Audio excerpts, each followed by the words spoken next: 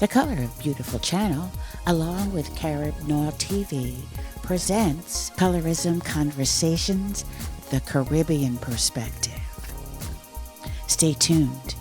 We'll be right back with this Colorism Conversation special. Colorism Conversations, the Caribbean Perspective. We're joined by sisters from the Caribbean islands. Right after this.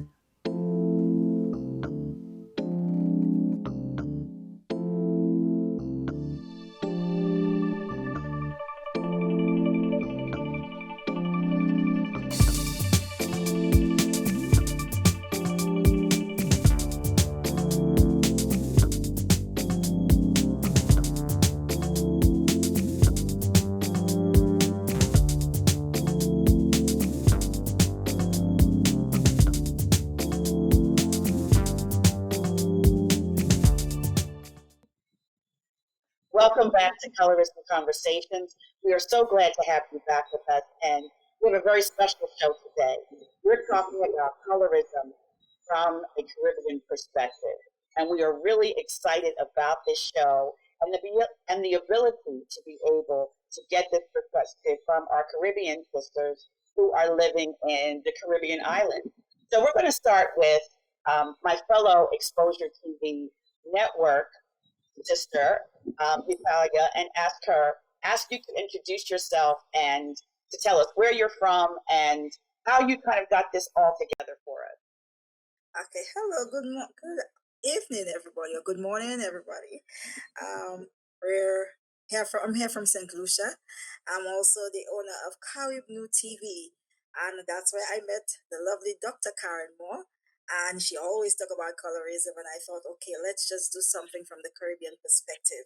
Let us see how our Caribbean sisters understand what colorism is and how they feel about it, because I think we all experience it, but differently.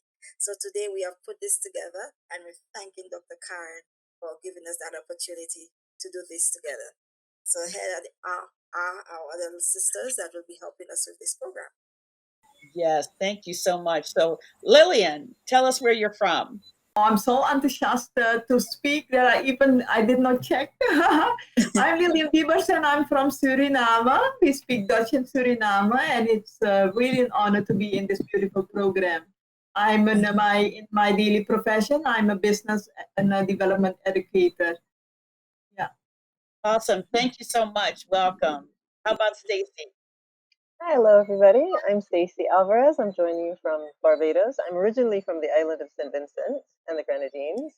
And professionally, I am an educational and a legal consultant, an environmental activist, and a writer. So it's great to be here. Wow, thank you so much. Janelle? Hi, everybody. My name is Chanel Lionel. I'm joining you from St. Lucia. Professionally, I am a project management consultant and a marketing consultant. And I'm really excited and happy to be here tonight. Thank you so much for joining us. Renee? My name is Renee Moore, and I'm the public health advisor for I Am the Color of Beautiful. Thank you for joining us. Simone? Hi, I'm Simone Claxton from the beautiful Trinidad Republic of Trinidad and Tobago, and I am president and founder of a nonprofit organization named after my daughter, and it's called the Sophia Miriam Foundation. However, professionally, I am a tourism consultant and also into the field of agriculture. It's a pleasure to be here. Thank you so much. Wonderful. We're really excited to have a conversation and talk about colorism and from the, here in the U.S., there definitely is colorism. And for the U.S., colorism started for us here as a product of slavery. And so we know that colorism is the discriminatory practice of favoring lighter skin over darker skin. And we find it in the education system, in our judicial system, as well as many times in the family structure. So, what I'd like to ask you ladies tonight is just to give us an idea of how colorism exists in your particular country and how have you been affected by colorism in your particular country or even in your family? So we'll start with you, Lillian. Okay, thank you. First of all, let me give you a background of Suriname so that you can understand how colorism is being looked at in Suriname. We are a multi-ethnic and multilingual society, and Suriname should be seen as a whole to people of various ethnic, racial, religious, and national origins. The population of Suriname is made of various ethnic groups. We have the Afro-Surinamese population, and this is divided into two groups: the Creoles, these are the descendants of enslaved Africans, and we have also the Maroons, and these are the descendants of enslaved Africans who managed to escape and set up a living in the jungle. So when the Maroons are also in several tribes.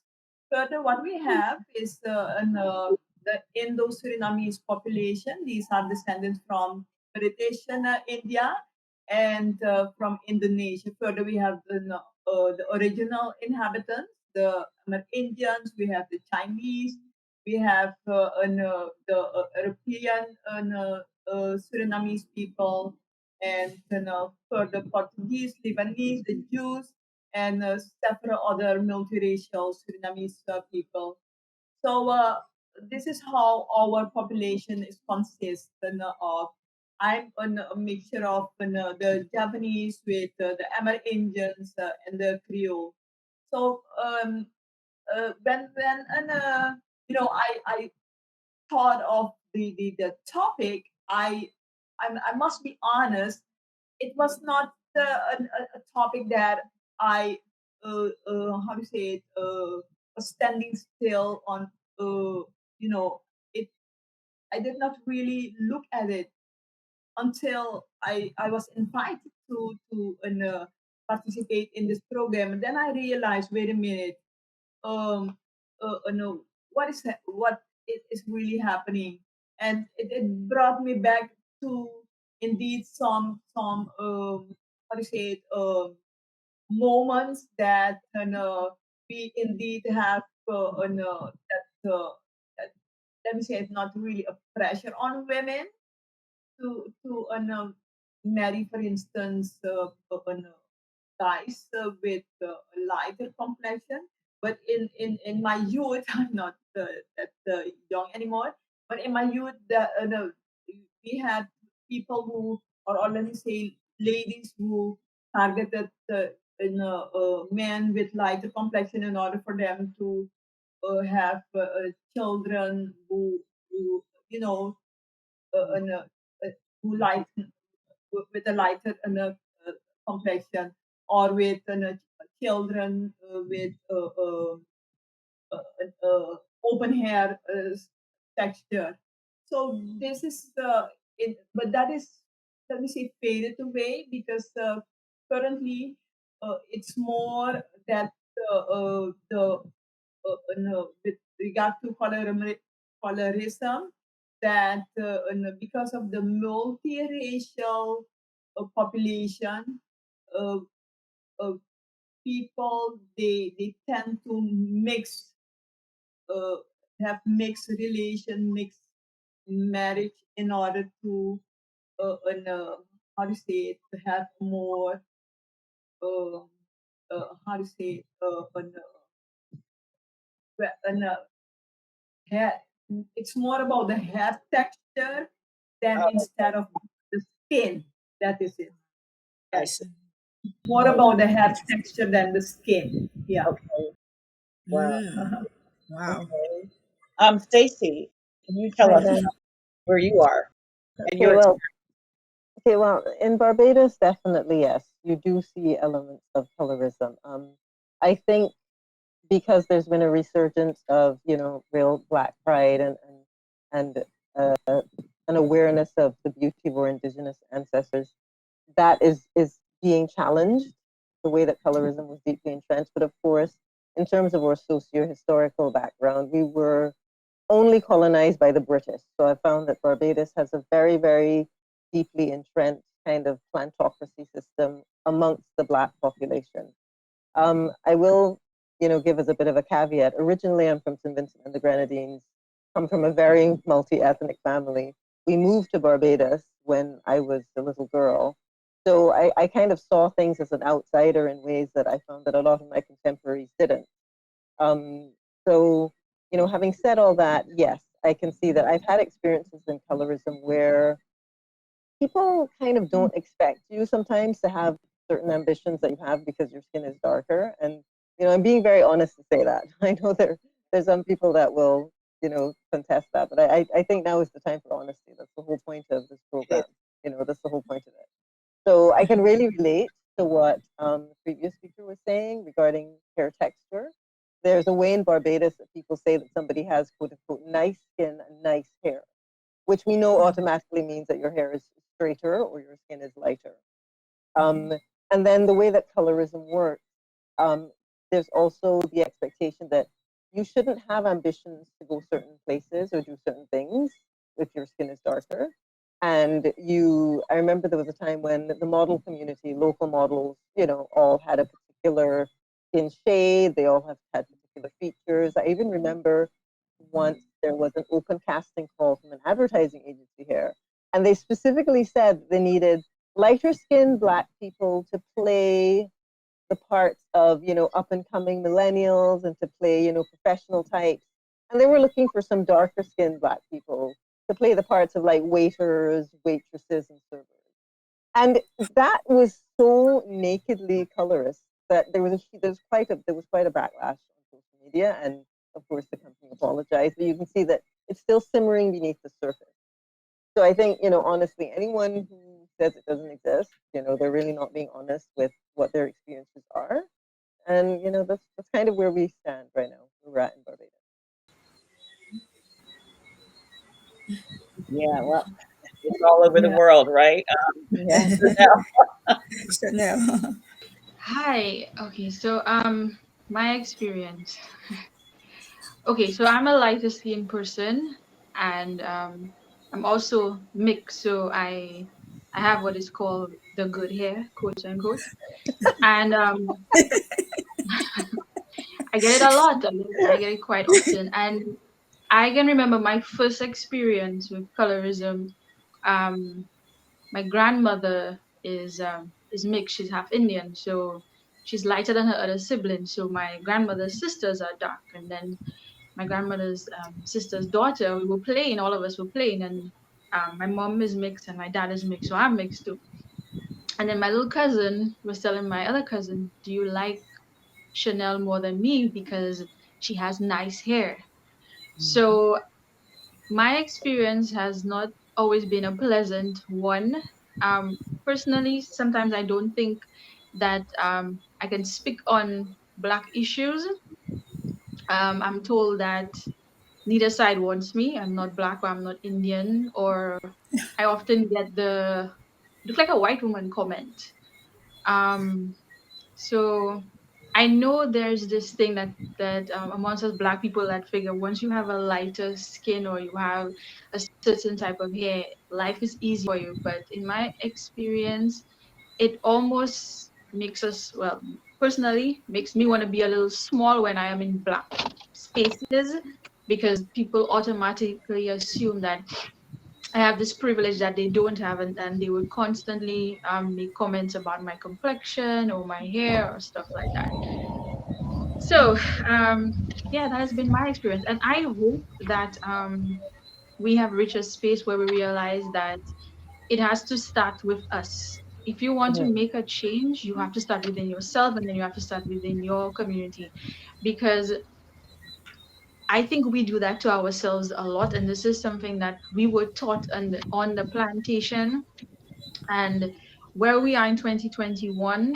we can understand these type of conditionings and it's time for us to let us go.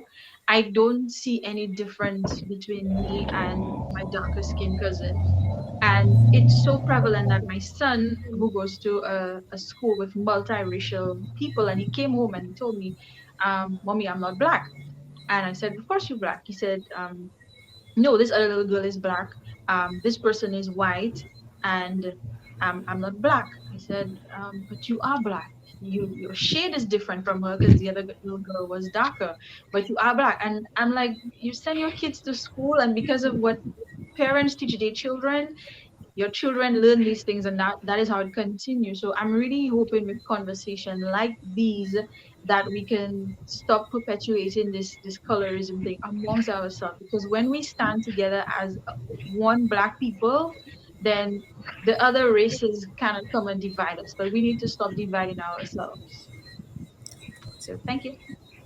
Thank you. I'm glad that you said that, and because I know at the Color of Beautiful, one of the things that we do talk about in a number of cases is the two sides of colorism, because people don't realize many times that there are two sides to it. And my sister Renee, who is my biological sister, we have the same parents, and as you can see, she's a lot lighter than I am, and it's always interesting because we do this show together, because it is important that we have the conversation, and it's important that we understand that just because your skin is lighter doesn't necessarily mean that you you've had it easier.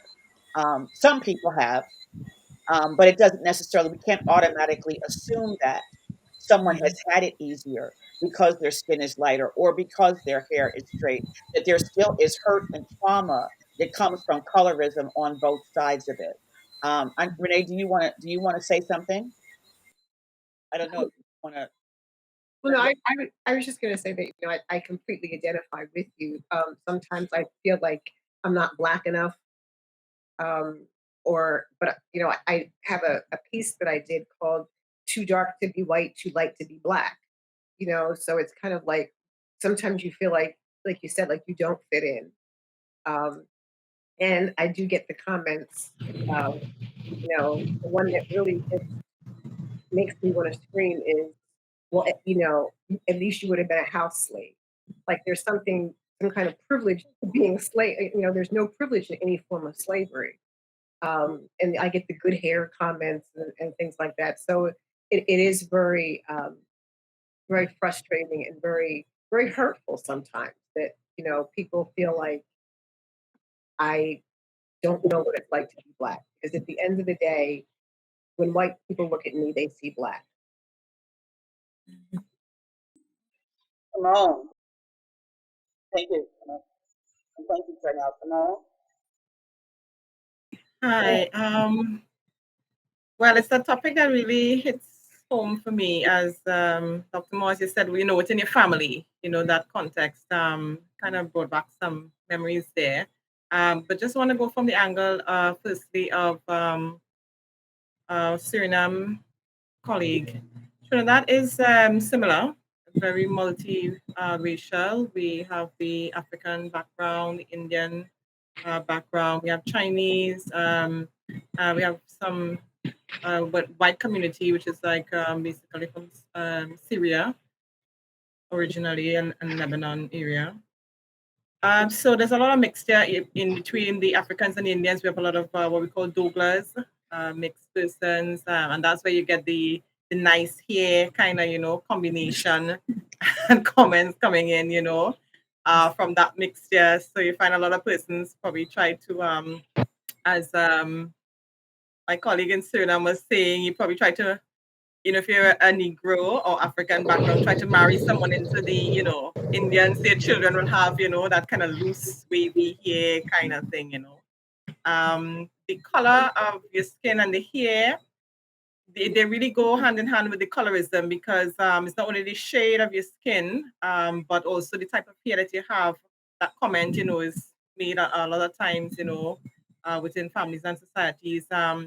from what I've heard in Trinidad, which is probably a little before my time, or maybe when I was, a baby, the certain careers were kind of reserved, like in the banking system, you would only find lighter colored, persons in those type of, what you call like, kind of prestige jobs, you wouldn't find darker colored persons. So eventually as we had the uprising in the 70s, that kind of Black Power movement and the push for persons of darker skin and more, African features to have these type of positions as well. Things have sort of changed, a bit from there onwards. But you always have that difference, persons with a lighter complexion are always probably expected to be of higher job status and within certain positions as opposed to persons with darker skin and hair. Within my family, well, my family is very, very mixed. My grandmother was more or less Spanish mixed. Very, very pale complexion, long, wavy hair. And well, my side of the family was like more the more Negroish side. And my other cousins, they were mixed with Indian, and we weren't. So their hair was like, longer and wavier. So they were more considered, well, more kind of favored. That's how, and you would get the hair kind of comment, nice hair comments and stuff like that. And because we were more like, the African featured hair, not so, loose as theirs, we weren't that favorite. I mean, I love my grandmother, I love my grandmother, but, you just remember as a child, those little things, that you saw the favoritism within your cousins who were, more Indian based, as opposed to yourself. So, yeah. And then depending on how you comb your hair as well, sometimes if you comb it looking more plaited, like more Negroish, then you would get that kind of comment like, oh, you shouldn't put your hair like that, because it looks so kind of, Negroish because, she was really whitey and long flowing hair and that kind of stuff, So, yeah, you would get it, Yeah, so my family's always kind of conscious, that side of my family, my father's side. And then my uncle was fairer, really, really fair. So, he would like to associate more with lighter skin persons and that kind of stuff. So if darker skin persons, like around, you're always kind of suspicious, you look down kind of at these type of persons because, you were fairer and wavy hair and that kind of stuff. So yeah, I did see it within my family as growing up. Yeah. All right. Thank you so much. We'll be right back after these messages.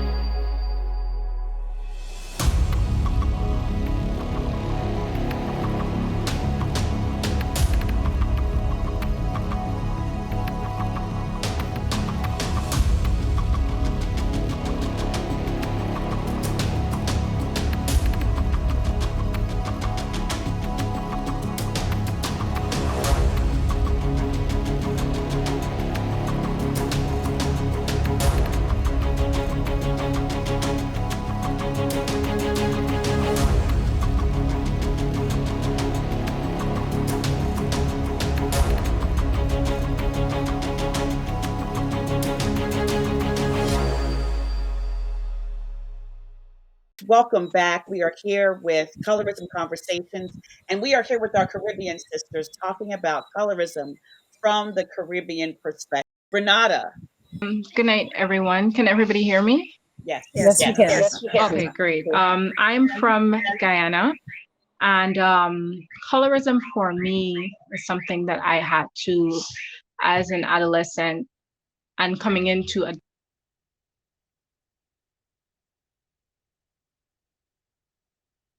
society, like it is very much there. Nobody talks about it, but it's there. And what's interesting is when I was younger, my grandfather referred to me as Red Yo, which always came off as funny to me because I don't bear a lighter skin complexion. But my sister was darker, so I guess in his mind, um, that's how he would differentiate us.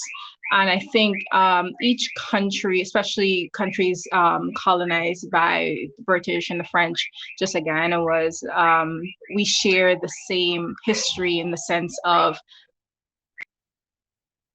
darker and lighter with paperback. Very interesting as I use public transportation, and when when I'm going to Tongue or something, I always look at signboards. If I'm not reading a book, I'm looking at the signboards. And what I find very interesting but not surprising is that all the females or males that they use like for optical eye dentistry or just advertising in general are always light skin, curly hair, really clean face, because we do have 6 ethnic groups, and predominantly Afro-Guyanese and Indo-Guyanese. We also have Chinese, we have Portuguese, and we also have Amerindians and other groups, but predominantly Indian and Afro-Guyanese. And you always find lighter skin people being displayed wherever in any advertisement. If there's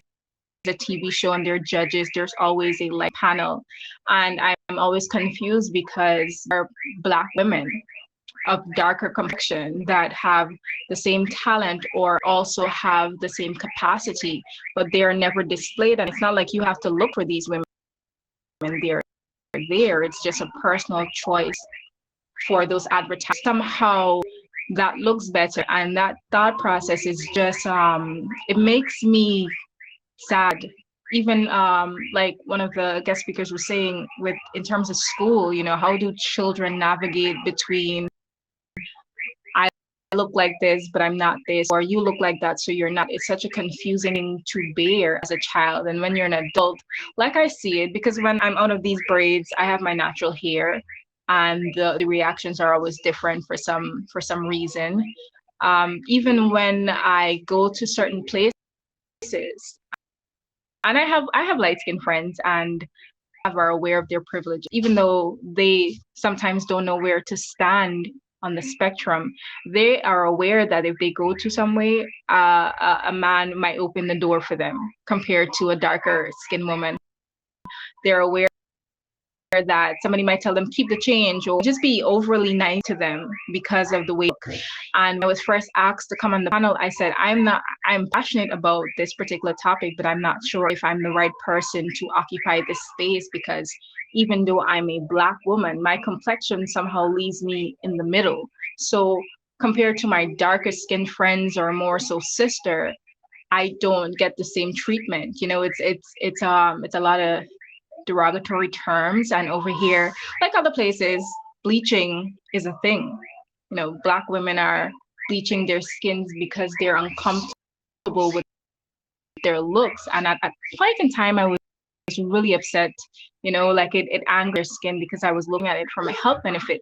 And then I sit and I listen to how we describe other darker skinned women. Oh, after midnight you can't see she, or if in the night you could only see her teeth, or things that we say without thinking how that person feels, and we get from me. So when women are going through what I perceive to be trauma and obviously colorism, it's no wonder why they don't want to look that way. It's not hard to think that they would like to be welcomed in a space that doesn't just take one look at them and think that they don't have 2 brain cells to put together because they're darker. and they want that attention from men because your skin is bright. And I think that they don't care about the damages being done to their skin. They don't care that their skin is pink and their melanin is going. They just care about the fact that, and that is so damning in a sense. But we see it. We see men liking Black women for their intellect, or darker skinned women for their intellect and their humor and their sassiness, or the mere fact that they could proper cook up, or whatever the case might be. But in terms of appearance, they don't want that. I can't carry you to my mother's house. I can't carry you to a party or to a conference. I need a woman that looks lighter. And even alluding to the baby, a mixed baby is going to save the world. That's how we end colorism and racism. That's been something going on. So for me, I always feel like I try to give spaces to darker skinned women for them to speak on the things that affect them, because it does, and for lighter skinned women, I always urge them, I know that you're in the middle of something, but at the same time, you can't keep that space for you, because technically you don't experience the world the way other darker skinned women experience it. But before I go on ranting, yeah, we act like it doesn't exist, but we see it everywhere, even in the banks. Like somebody said, it's there. You see lighter skinned women being receptionists or the front of the companies, but then men are more tutorial or the up or things like that. But yeah, even in modeling too. So that's on my end. Yeah, be a part of the conversation every time you have the opportunity. Marjorie, welcome. Let me unmute. Good afternoon, good evening, everybody. Apologies for the late arrival, but I have been back and I am excited about the conversation. It's interesting to listen to it from so many different perspectives.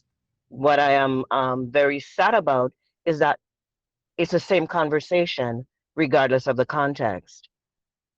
We have that shared history, and clearly, regardless of where we are, the same and shared experience when it comes to colorism. Anyway, I jump right in.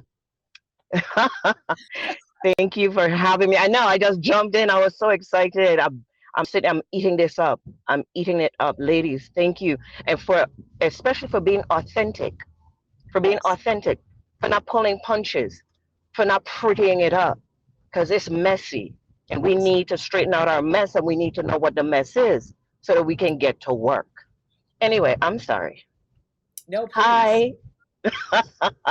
I'm Marjorie Biza, and originally from the Virgin Islands, but my parents are from Antigua and Barbuda. I'm in Jamaica, attending the University of the West Indies, working on my MBA. And right now, as we speak, I'm in a vehicle in California, and so I'm all over the world. But with regard to today's topic, just a quick introduction of Marjorie. Mother of 7. I have 6 sons and a daughter, and my daughter is biracial, as are 2 of my sons. And so, from that perspective, I have an opportunity to have that bird's eye view of how this plays out in the real world. Also, listening to what they have to tell me about their experiences about being perceived as black or white, or not black enough, or not white enough, or whatever the various conversations are. My background is in media, but I also branched out into health and wellness from a psychosocial perspective. Worked as the counselor at Her Majesty's Prison for Antigua and Barbuda. And again, even within that context and that setting, got to see how it plays out. We take who we are wherever we go. And it doesn't matter if you're behind bars or you're behind a desk in corporate America. Who you think you are will play out within that context. I am who I say I am. I am who I believe I am. Where did that belief come from? It came from the world around me. It came from my home environment. It came from my school. My baby is coming home from school saying, "Oh, mommy, I'm not black." Really? Who told you that? You know, those kind of conversations. We know that in terms of enculturation, they happen in 3 major places: in school, at home, And guess what? In church, wherever we're going to worship, and I say church generically, wherever our places of worship are. As you can see, I have my skin is rich with melanin. I am a melanated woman. I wear that with pride. Um, has it been an issue and a challenge? Yes. Has it been something that has been attacked? Yes. Um, what I've learned over time and what I'm experiencing and going based on the research and what others have shared, I am what I am based on who I say I am. But my sister from Guyana made a very interesting point as she was talking. She said, yes, I know people of different hues and colors, even within the context of our families. We don't even have to go outside the family, Right. but it's historical. It's about who we perceive ourselves to be. It's who we are taught to see ourselves as. I'll give you guys this for instance. In Antigua and Barbuda, during Carnival, we have what they call troops. These troops are, different themes and whatever. There's literally a troop. Listen closely, ladies, for light skinned people only. I kid you not. Wow. You have to be a certain lightness, and no, you can't be bleached light. You have to be natural born light, or you can't join that troop. You can't party with them. You can't hang with them for carnival. It's you don't fit the criteria, and the criteria is based on your color. Um, it's terrifying. Also, I know that there is here in the U.S. back in the day, and it still exists. This notion of the paper bag test, the brown paper bag test, and they would compare your gradation of color to a brown paper bag, and depending on where you fell on the spectrum would be how you got treated, the way in which you had access or the degree to which you had access to the benefits of society. And there is a book called Passing, and forgive me, I don't remember the author's name, but it's about black folks who are of mixed heritage and were light bright and damn near white and could pass for white, in that they would engage in those behaviors for a number of reasons, including seeing themselves as better than quote unquote you because of the social benefits and economic benefits they would enjoy as a result of their coloration of skin. Today, I was doing a little bit more research on this, and there is a doctor of sociology. She's here in California, and her area of expertise, she speaks on the issue of coloration. And she made this observation. She said, it is not just them that makes color an issue, it's also us. Oh, yes. There is that intra hate that's going on. And the bleaching, Mother Africa is really having a challenge where that is concerned. And notice that the perception of self is embedded in this idea of belonging. So let's look at Maslow's hierarchy of need. What is the most fundamental need that we have as humans? Belonging. Yes. So if I don't catch that man's eye because my skin too brown, my nose is too broad, my luscious lips are not appealing unless, of course, it's Botox influenced, that my butt is not augmented, I actually was born with it, and that my hips sway when a sister walks, and I'm all of this and a bag of chips. I'm gluten free bag of chips, but bag of chips nonetheless. I'm just saying. But these are the things that influence why coloration is important, because it's about relationship. In relation to her, what are my outcomes? In relation to him, what are my outcomes? What are the things that separate me from her or him? What are the characteristics that lend themselves to a better experience socially, economically, emotionally, relationally? And yes, my sister touched on it earlier.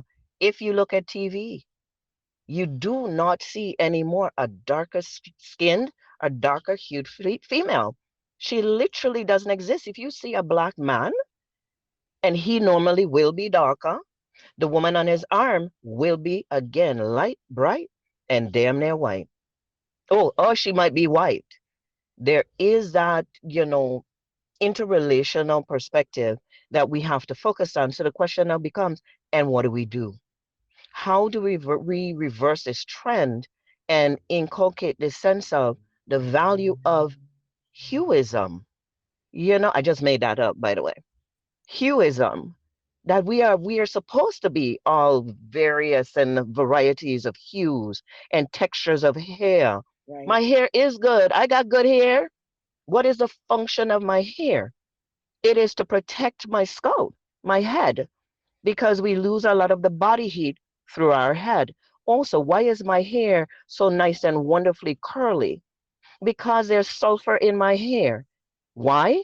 Because the curls would trap the sweat, because our ancestors came from a more humid environment, and it's an environmental adaptation, and it'll trap the moisture closer to the head to act as a cooling system. Imagine that. Imagine A that. cooling system. Yes. Imagine that. Knowledge is power. So we need to start educating and re-educating ourselves, starting with our babies, but also starting with us. We Yes. need to stop. We need to look at the language we speak. Words matter. The power of death and life is in the tongue. Yes, it is. And we need to speak life. We need to speak power. We need to speak into and over ourselves this idea and this notion and this fact that we are of value simply because we exist. Not because of the hue of my skin, not because of the nap of my hair, but because I am an essential being who is infused with the essentialness of the essential. So I know I've said a lot. I'm good. Yeah. There is so much, there's a passion about this because we are our own worst enemies.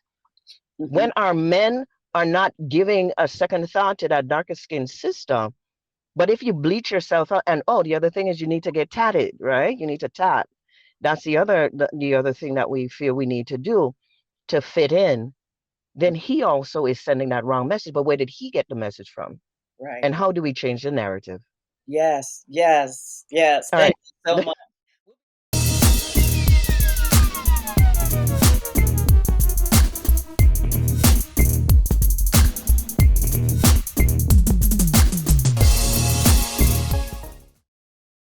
Welcome back. We are here with Colorism Conversations, the Caribbean perspective, and I'm so honored to be here with my Caribbean sisters and with Italia, who actually put this together and organized this. So we're going to hear from you, and however else you want to go from here. Okay, thank you very much, ladies. Wow. All I could say, wow. I just was taking it in, just like you, Marjorie. I was just taking this thing in. It was like soup. You just need, all that information, and we're ready to help each other to get out of this colorism thing. For me, I mean, there is colorism in St. Lucia, like Chanel has said. But for me, one of the things I realize is that you could beat colorism if you have brains. And if you make your brain work for you, it will suddenly disappear from around you. It exists, but it disappears. And I think it disappears from one thing Madru says, that if you're so confident about who you are, you're confident about your skin, you're okay with your hair, and you're just okay with who you are, and you've accepted that you're that person that you love. I think it does not matter anymore what people say about you, what people think. I've heard things like that short black woman thinks she's all that. They say that about me because I've got a big mouth even if I'm short and small. So they say that short black woman, short black. If I was light skinned, they wouldn't say that short light skinned woman. They wouldn't say that. Trust me. They just say that short girl over there. But they say that short black, and they stress on black because I'm black, I'm not supposed to feel good about myself and be able to speak my mind because I'm black. Because I'm black, I'm not supposed to be confident about who I am. That means that I'm supposed to hide myself and be smaller than the people that are bigger, that call themselves bigger. But I think when you're confident, you know who you are, you beyond color, you beyond hair texture, it just makes you just don't feel it anymore. You know it exists, you know it's there. And this is what we need to do, is to teach our people, our young people, to understand, love who they are, love who they are in their skin, no matter what color it is, love who they are in their hair, no matter what it is, no matter how you choose to wear it. You want to wear it big, you want to wear it flat, you want to wear it curly. It is up to you to decide how you want to do that. Just love you in its entireness, if it's flaws, if it's greatness, its goodness, everything that encapsulates who you are. If you love that, trust me, everybody, you will exude that kind of thing everywhere you go. Everywhere you go, people will feel that strength in you. And no matter how they think about you and your color, it doesn't matter, because they will say, as long as they're about to try to say something, they'll say, oh, we can't say it to her. Because, it won't matter. We can't say it to her. I'm sure if you meet Marjorie, whether you think she's black or not, I wouldn't tell Marjorie that, because I know I'm going to be put right in my place. So I'm not going to say anything right there. I know that, because Marjorie is so passionate about this. She's going to put me, Renata is going to put me in my place too. So, you see those people that are enjoying who they are in their skin, and it makes you want to be one of those people. And we need to be those examples for our youth. They see us as being so confident in our skin that they want to be like that too. And that will make them want to feel respected. I also have a multiracial son. My son is half Indian because his dad is Indian. And then he told me, he's only 5. And he comes home and he told me, they call mommy, they tell me I'm a coolie. Because he has curly hair, because that's how they call it in St. Lucia. I know in Trinidad this is offensive, but in St. Lucia, calling somebody coolie is not offensive. You understand? We call it coolie if you have Indianish hair. So, he already being segregated, and everybody's telling him, oh, you're gonna get all the girls. Your nose is so straight and your hair is so curly. All the girls gonna be after you. They're telling me, prepare yourself for the girls to come to your house to do their homework. You know what I'm saying? To do homework. So all that kind of thing. So he's only 5, and people are already putting that in his brain that he's better, he's cuter, he has straight nose, and he has curly hair, and so on. You understand? So even me, I have a lot of hair. I have a head full of hair. So people will tell me, "Oh, you mix, you have all that hair," because Negroes don't usually have all that hair on their head. And then I have to say, "Oh yeah, my grandmother is Indian." You understand? So it's there. We see it, we hear it, we feel it. Ladies, y'all have given your souls and passion. So now I'm going to ask you, how do you think we could remedy this situation? What do you think we can do to help all our other brothers, our sisters, to understand how we could come out of that situation? Where can we go after we leave here with this lovely conversation? What can we do? Each person, what can we do to move out of that? So, Lilian, we'll start with you, since you were the first one to speak. What do you think we can do? What are the things we can do? What would you recommend that we can do to maybe come out of that situation a little bit? Thank you. Well, first of all, I would say just be yourself and know your dignity. Renata was talking about, and I guess some other sisters as well, that in the, how to say it, for instance, in panel of or billboards and so on, and, you don't see the black sisters, especially in panels. Then I think of Suriname, where you are looking for those sisters, but they are not there because they themselves do not feel that they are worth it to present themselves, however they are intelligent, or however they fit the profile. So it's I I think I believe that it's important that people know that how worth they are, and the self-esteem, the dignity, and that is what is appreciated, at least in my society, Suriname. Because as I explained, it's not really about the complexion. It's yeah, I said in the beginning, it's more the hair texture, and also Simone from Trinidad and accentuate that, but uh, in Suriname, it's I believe that people who feel that they are independent, they are strong, that they forward, and they do just do their thing. That is very appreciated, and we would not look if this person is black or or white or in the middle, or the hair is nappy hair or whatever. People would admire you for who you are. You are present. You believe in yourself. You're strong. And other ladies would be one, and you see you as a role model. Yeah. Thank Because, you for very much, instance, and Marjorie knew that we have a sister she is from Maroon descendant, and she is the director of a huge prison, you know. And when she appears in the midst of all men, we all admire her. We all admire her. We do not look, and her hair is nappy. It's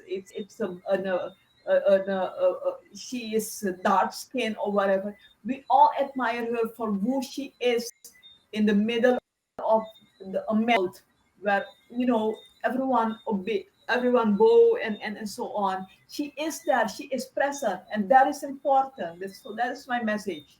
Know who you Okay, are, and invest in yourself, in your, how to say it. I'm looking for words. I'm Dutch speaking. yes, that's So okay. yeah. Yeah, so that is it. Yes, invest in yourself, and know your dignity. Okay, thank you so much. Stacy, what do you think? Muted. Okay, well, I would have to say the first thing, do not ever dim your light. Do not make the people around you put on shades. If people can't handle your brightness, no matter what your shade is or what your complexion is, that is their problem. You have got to challenge the status quo, and that is the best example you can set is to be yourself and to stand firm in your truth. And that is what is going to emanate and create change, I think. And you can challenge the status quo. I've done that. I've been in a bank, and I remember seeing an ad in the bank, and they had this very light skinned couple frolicking because they bought their new house with a loan from the bank. And I went up to the bank manager and I said, "What, you need to change that picture, or you need to at least have some representation of what all the shades are." And you could hear a pin drop in the bank because no one did that. Of course, I got a little hassle. The security guard used to look extra worried every time I went into the bank. But that's the way to shake things up. Shake up the system, shake up the system. Something as simple as that is going to plant the seed to get people talking. And as you stand in your truth, it's going to come through in your family. Because my family, as you all can relate, my family is very, very multi-ethnic and multiracial as well. I mean, because I'm Vincentian and I'm Jamaican, and we have Chinese, Argentinian, Maroon, Indigenous. I'm part Black Carib. So we have all that. And then coming to Barbados and seeing that there was this very narrow idea of race, and it was such an artificial construct that, again, it was the first time ever I encountered that for people to say the word black was an insult. To me, the way I was raised, it was a description, or it was something that was empowering, because I had been raised to always affirm my identity and every part of myself. And I always remember being in school, and again, I mean, I can relate to what Uthalia is saying. Be the truth, be bright. I was a good student. And I remember a girl telling me, "Oh, who cares if you're smart because you're just so ugly and black." And I remember being taken aback because it was like, really, because she was black too. So I said, before I could think, I remember saying to myself, why are you saying that? Because you're black too. And she had a fit. She said, "No, I'm not. No, I'm not." And I was like, "Yes, you are." And it just seemed to like break her to acknowledge every part of herself. And then we also hear the children, because my son is biracial. His dad is white, and he'll get that at school. When he was younger and he had, quote unquote, nice shaped hair, now he's 15 going on 16, and he's rocking his black identity. He's got this Colin Kaepernick like afro, and he's getting so much pressure from friends to say, "Well, why don't you cut your hair? Because it looked so neat before." And my son is like, "No, I'm owning my hair. I can do whatever I want with my hair." So that's where it starts. We have to own our truth, never dim our light, always challenge the status quo, and be as exceptional as we are. That's what I have to say. Thank you so very much, ladies. We have Chanel. Chanel. Okay, so my suggestion really would be, well, first of all, to start at the school level, at that primary school level, and that's my experience as a parent with what happened with my son, and also with the same little dark skinned girl. I remember one time she was after school, she was crying, and I went to her and I told her, "But you're beautiful," because her dad and I are friends. So I think it starts when they're so young. People start to embed this kind of things in you, and similar experience with my son. He's light, so I get all the girls going to come after him, and you're going to have problem, and they start putting these things in the children's head, which makes me have to counter it with telling him, you're smart, you're kind. I have to put these kind of things in his head because I don't want him to grow up self-absorbed and think that he's better than anybody else. So I think our education system really needs a shaking up so we can teach Black history, Black love, you know, just like my lady spoke about the hair. Why is it the way it is? That was so interesting. I was like, really? We need to teach our children these things. So when they do have coily hair, they're like, yeah, I have coily hair. It's a survival thing, and it's also beautiful. So that is my first point, is really for us to teach this kind of thing at school. So we can start raising a generation of Black people who love themselves, whether they are Black, white, other, and also a generation of Black people who don't think because they are lighter, they are better, because it happens on the flip side as well. It is not my experience, but I'm pretty sure they have lighter skinned persons who just automatically think they are better than everybody else. Um, my second suggestion is that when we are in positions of power and we see this kind of microaggressions happening, that we take a stand, at the corporate level, at the business level. If we sit in a recruitment meeting and we realize that, okay, this person is giving the darker person harder questions, or there's some sort of favorism, we stand up for that. We don't just let things happen. If we're out with our girlfriends and we notice something, um, like my lady from Barbados said, she stood up in the bank. You stand up for each other. If you are in the present moment and you are the person with the privilege, you use that privilege because it's given to you whether or not you want it. So you use that privilege in order to make it better for your darker skinned persons. And on the other hand, as well, sometimes lighter skinned persons do feel discrimination. So it goes vice versa. If you're a darker skinned person and you realize, people are really coming down on the lighter skinned person because it happens with the jokes. Lighter skinned women in St. Lucia are called shabins. I think Trinidad says red woman. And red woman is the worst thing. Red women have the worst reputation. Red woman is the most promiscuous. Guys will tell you, but you see that red woman, I don't know nothing to do with that shabbing. So there are these kind of things that men would say about women of a lighter skin complexion. Very unkind things. They say it jokingly, but it's still very hurtful. And sometimes the same way Black women are fetishized, Shabins and red women are fetishized a lot in St. Lucia. And I think Trinidad as well, and probably Jamaica and some of the other islands, but in St. Lucia a lot. So I think we as women, whatever shade, whatever hair texture, stand up to each other whenever we are in a position to do so. Stand up for your fellow sister. And if we continue to do that, then we create this space where this is not allowed. And if a behavior is not allowed, eventually that behavior will stop. So that's my contribution. Great Thank you. point. Very great points. Wow. Wow. Thanks, Chanel. We have two very young persons in our midst and they're doing great. Wonderful. Renee, we know you're not a Caribbean sister, but shed some light for us. Give us some love. I really think it starts a lot of it in the family. With that generational things, and a lot of things that we say because we've heard them said by our family members. So I think it's important to have those conversations. Communication is so important, to have those conversations with our family members and let them know, whether it's, even if it's a respectful way with grandma, that those kind of things are hurtful. They don't need to be said. And, kind of make them understand where it comes from and what it does. We have a political person here, Stacey Abrams, and she said, we have to stop being participants in our own oppression. So we really have to build each other up, have that conversation. And like the sister said, if it's something being said about somebody else, sometimes we have to stop and say, what would make you say that? What makes you think it's okay to say that?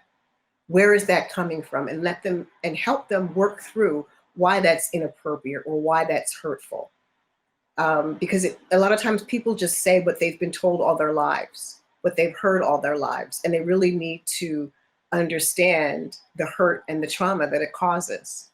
And being a public health person, colorism is a public health epidemic, in my opinion, because there's so many other things that come from colorism: depression, anxiety, poor health.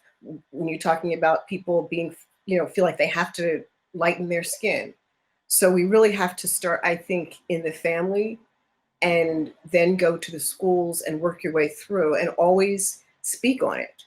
Always. It may not be popular, but I think if we do it out of love and out of a genuine concern for others, then I think that would be very helpful. Thank you so very much, Renee. Thank you. Simone, your turn. Hi. I think it's starts with you. You need to be, certain of who you are. Be sure of who you are, that you are worthy, you are precious despite your color, your hair, and that kind of stuff. But then again, it comes from the environment that you've been in, your family, the school environment, etc. So I think it's really important to start to instill in our children and our youths, to educate and empower them on them appreciating themselves, on self-esteem, on self-confidence. At the moment, which Italia will know, my foundation is running a girls empowerment program, which Italia is part of. And the first set of topics we started on was self-esteem and self-confidence, to let the girls know who they are, that they are worthy, so that despite whatever color hair, shape, size, color of your skin, etc., that you have to know who you are. And once you know who you are, your color, your size, your hair, texture, etc., would not affect you. I think it's about educating our, young children and our youths to appreciate themselves despite, whatever, because that's how you were born, that is who you are, and you can't change it. And once you have accepted that you cannot change that, and this is who I am, you will have that appreciation, for yourself. It's a journey that all of us have to go through, because I'm here now, but I wasn't always at this position. When I was much younger, I didn't have that self-confidence, but now nothing bothers me. This is who I am. Take it or leave it, I am who I am. I'm kind of like Italia, I say what I think, this is who I am, you know. And when you're sure about who you are, nothing bothers you. You can call me Negro, Black, whatever you want to call me, it doesn't bother me. And I think this is where we have to, educate and train our youths to get to that place where nothing that people say to them bothers them. Come out of that, kind of like superficial, educate yourself and get yourself, strong in whatever dream and purpose that you have. And once you're following your dreams and your purpose, these things, become really, really, really minor. But again, as children, we all have to go through that phase, because I remember a few years ago, my daughter, she's still young, but a few years ago, she didn't show me she didn't like going to this particular village, because it's a village mostly with Indians. And she would notice the difference in the hair, that they had what she termed as probably nicer hair than her. And I didn't even realize just a simple thing like that was bothering a young child. My daughter, that she noticed the difference between her hair and the people, in that particular village, which is predominantly, Indian. So she's thinking, oh, well, she wish she had that kind of hair. And I have to say, well, you have beautiful hair. You have to appreciate your hair, because everybody tells you your hair is so nice. You have to, like who you are, despite other persons, what they have, that's theirs. So you have to just have the appreciation for yourself and know who you are. Thank you so much, Simone. We have our youngest person on the team, Renata. Would you give us a little bit of advice? You with the millennials, you know what it's talking about. Share with us, what are some of the things you think you can do in order to change the way our young people think about? Because we know we have all these westernized culture creeping into our country. I think as a millennial, it's something that's we're aware of it, because those conversations are being had every day on social media, and you can't avoid it.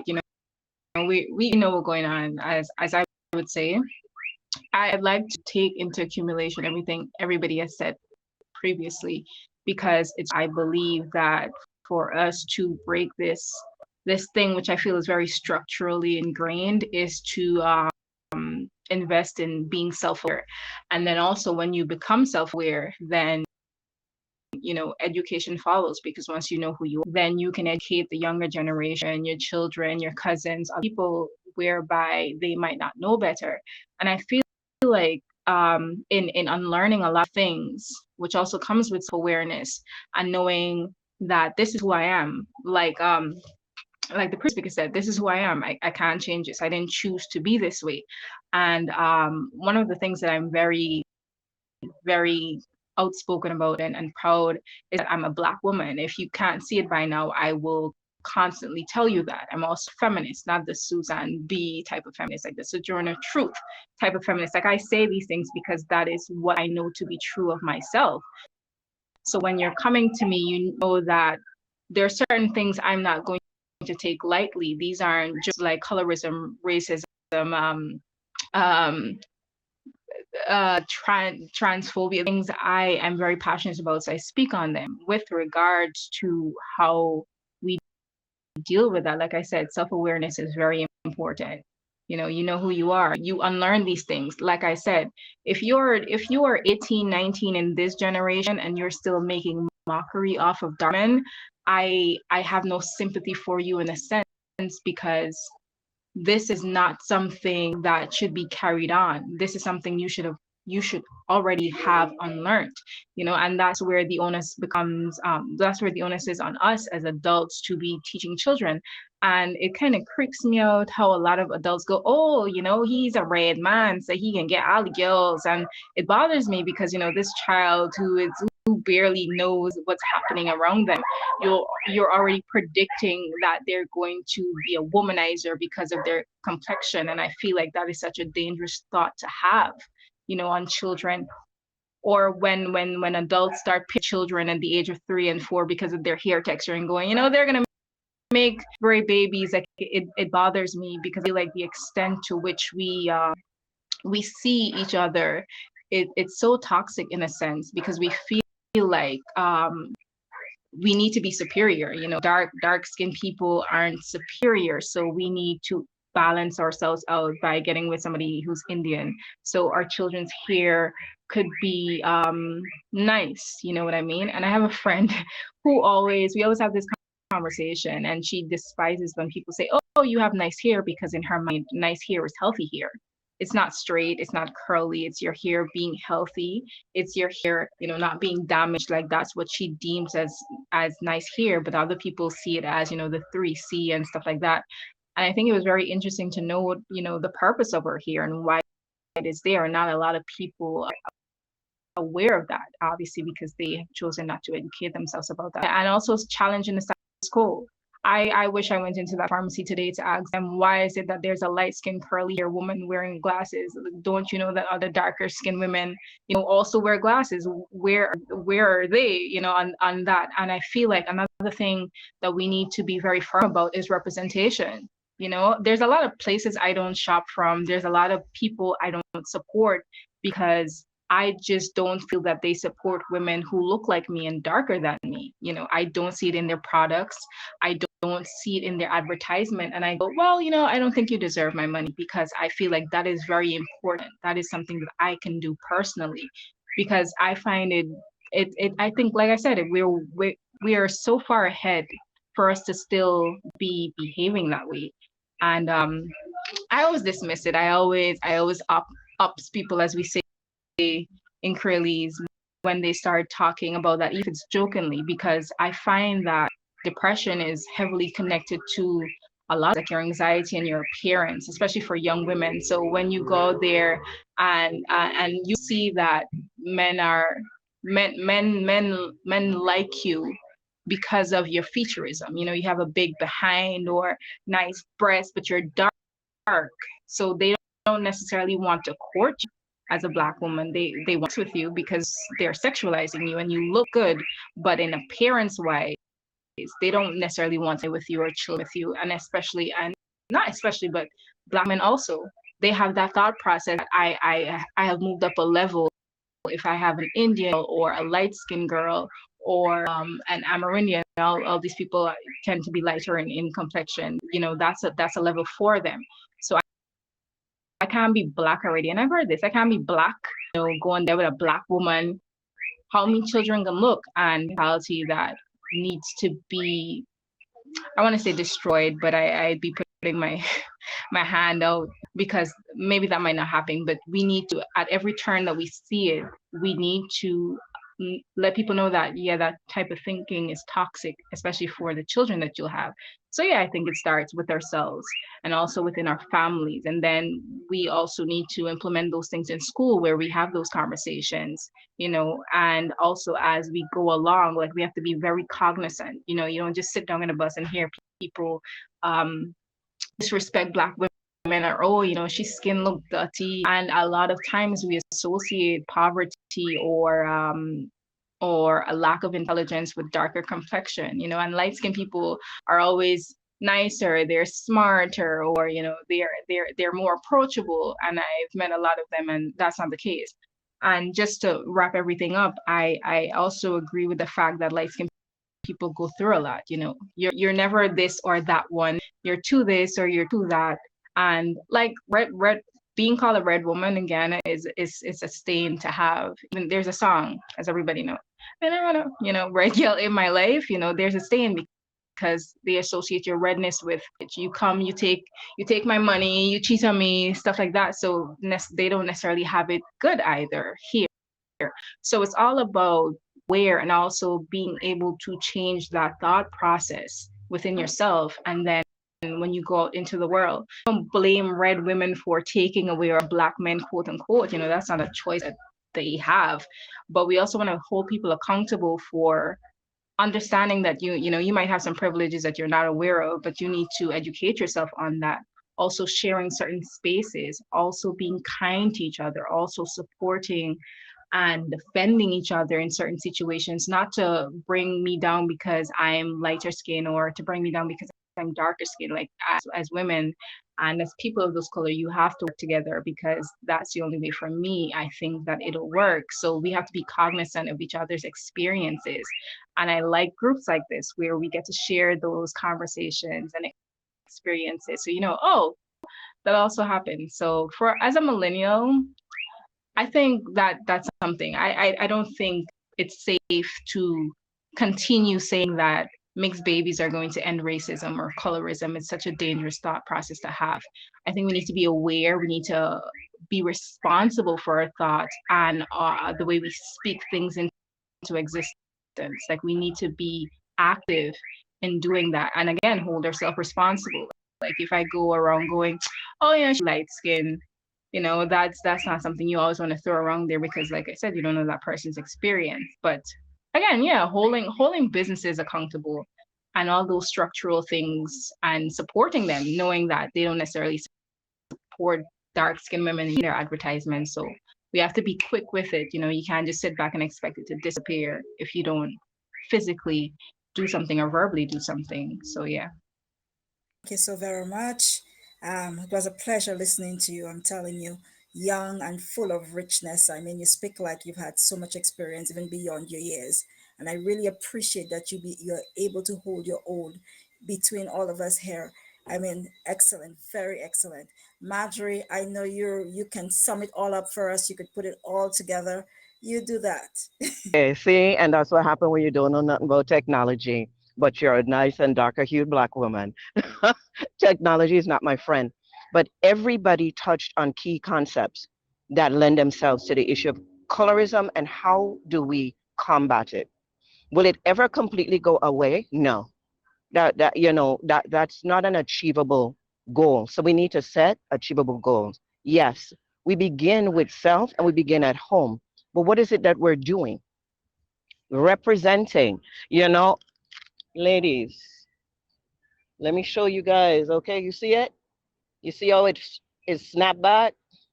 You know how many compliments I get from black men saying, "Ooh, I love seeing a dark skinned sister, natural sister." What am I doing? I'm doing exactly what you ladies said.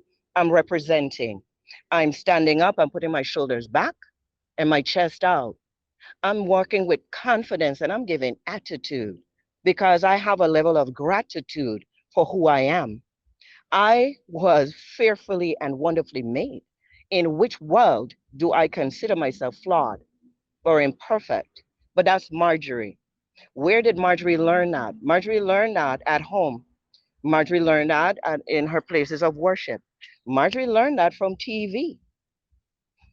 Media is one of the most powerful enculturating tools that has ever existed.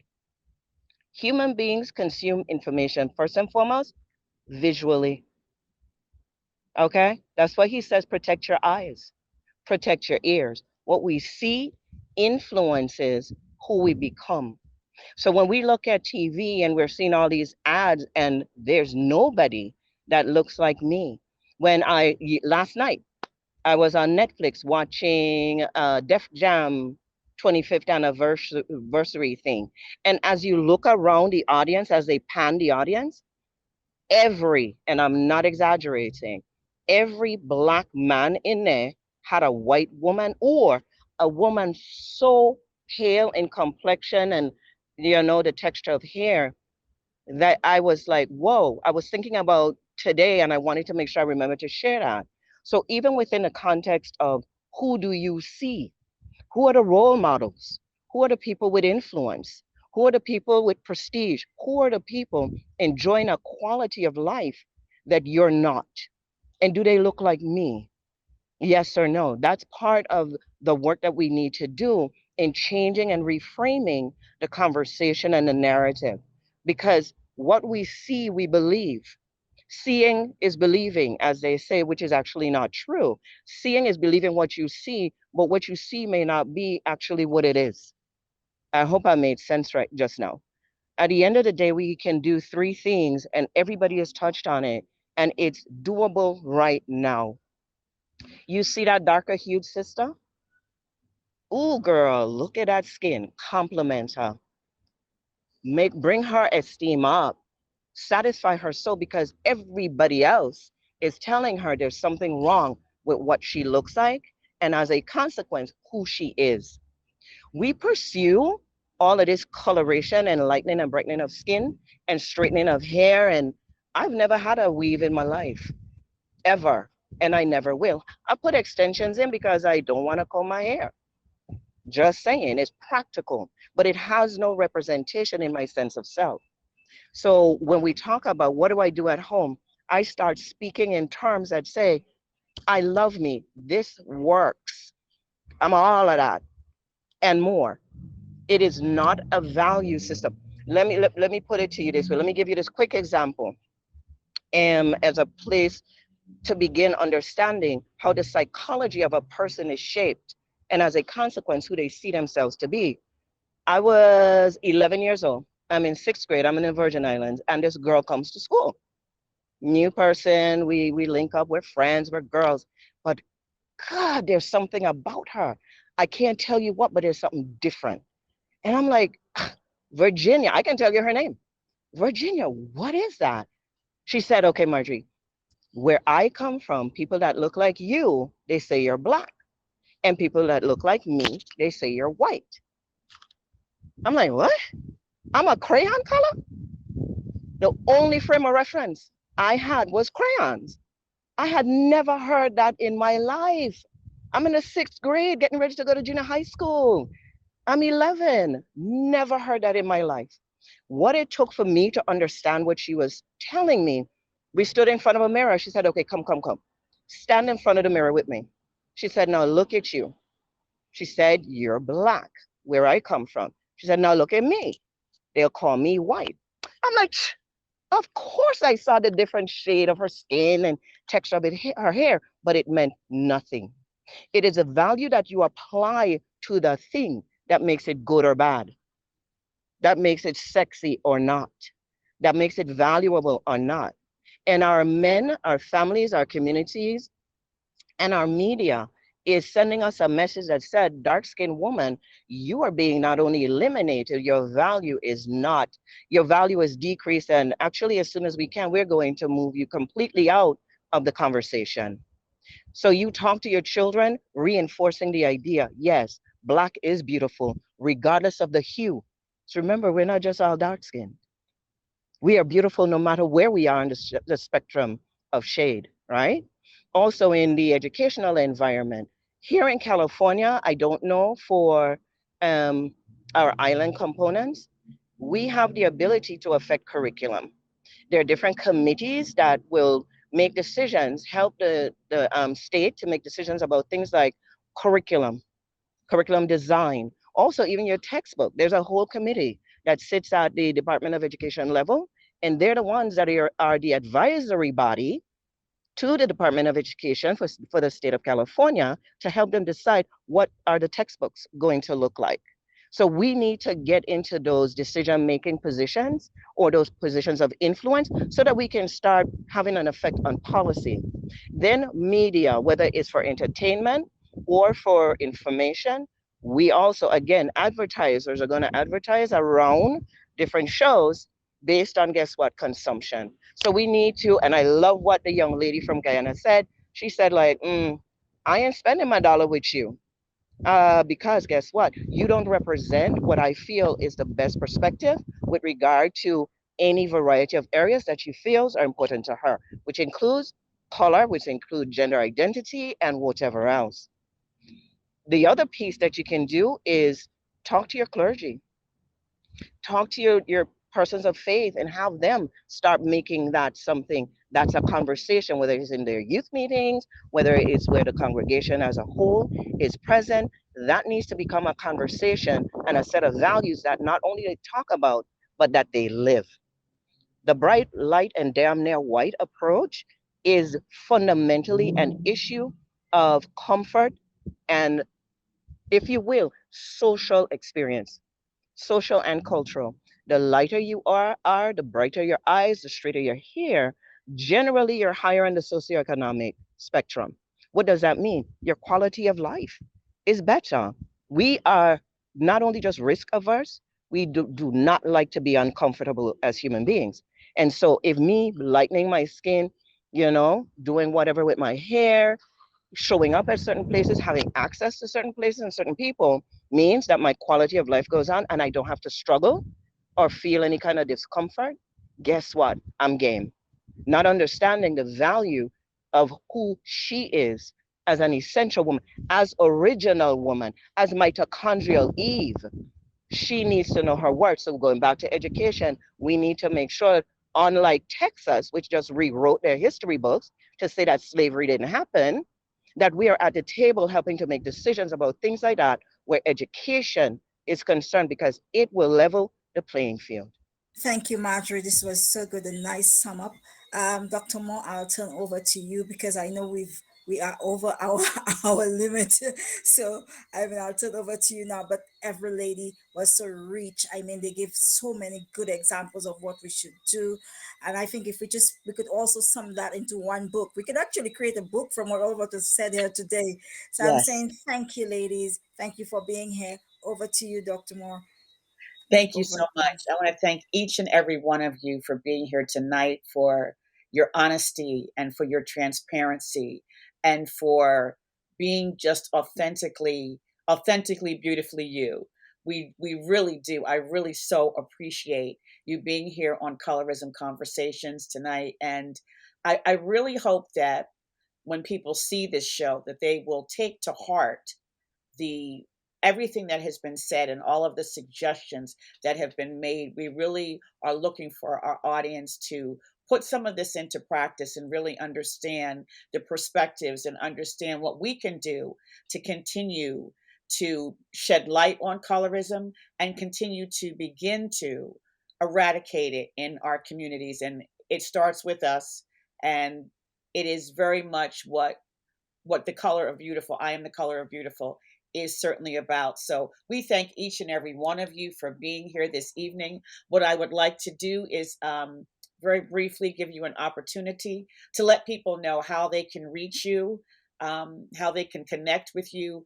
One of the things that is very important is that we stay connected, and that we understand that we may come from different places, but we have a sisterhood nonetheless. And I certainly feel that I'm Caribbean, and I can't wait to visit every one of the islands when this COVID thing is finally over. I've been to St. Lucia, but I look forward to getting to Barbados and Jamaica and everywhere else, Guyana and Ghana and everywhere. I'm coming, ladies. I am coming. So we're going to give you an opportunity to please let people know where they can find you, how they can connect with you, and we will go from there. Lillian, we can start with you. Thank you. I'm Lillian Maria Bibers. I don't know if you can see my name, but I can be reached at Facebook. So just type in or do search on Lillian Maria Bibers. Wonderful. Thank you for being here. Stacy. Okay, great. Yes, please reach out, and I'd love to hear more experiences. I'm Stacy Alvarez de la Campa is my full name. You can find me on LinkedIn. I founded an organization called Worldwide Sustainability Warriors because I want us to reclaim the narrative as people of color and of indigenous people about the origins of sustainability. It's become very fashionable to talk about as if it's something new, but I'm through my organization seeking to empower all of us to do with sustainability and the environment. So you can find me on LinkedIn. Thank Awesome. you. Thank you so much for being here. Charnel.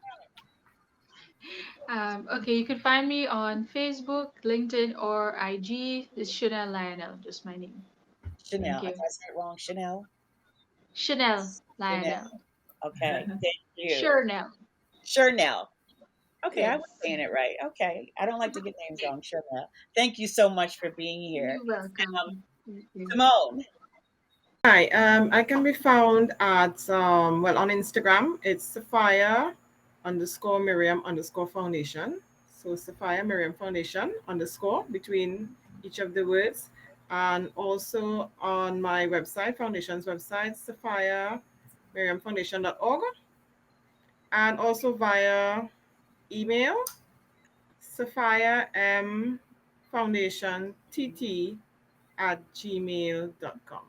Awesome. That's Sophia M Foundation TT @gmail.com. Thank you. Awesome. Thank you so much. Marjorie. My turn. All right. So to reach me, LinkedIn, you'll find me at Marjorie Beezer, just as it shows up under my picture here.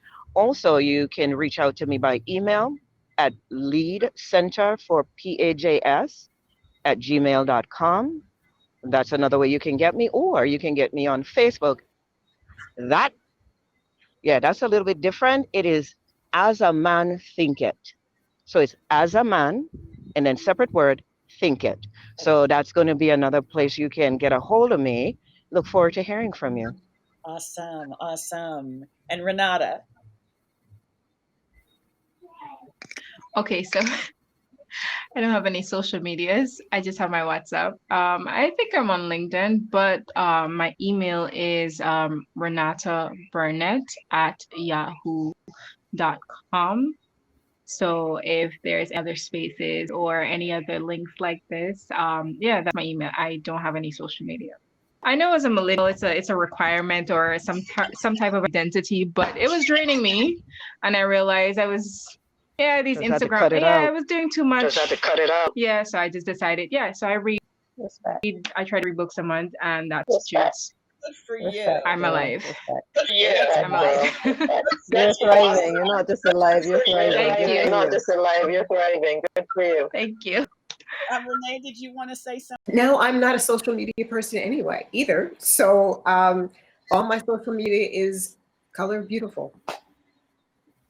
Yes, the color beautiful. You can find us on Facebook, Instagram, Twitter. Well, Twitter, the character thing, but we are the color of beautiful. COLOUR, because you are beautiful. The color of beautiful. Ladies, again, thank you so much. This was amazing. We thank you for being Thank here you. tonight, and we will hopefully get together again. I would love to do this again. So thank you very much for being here.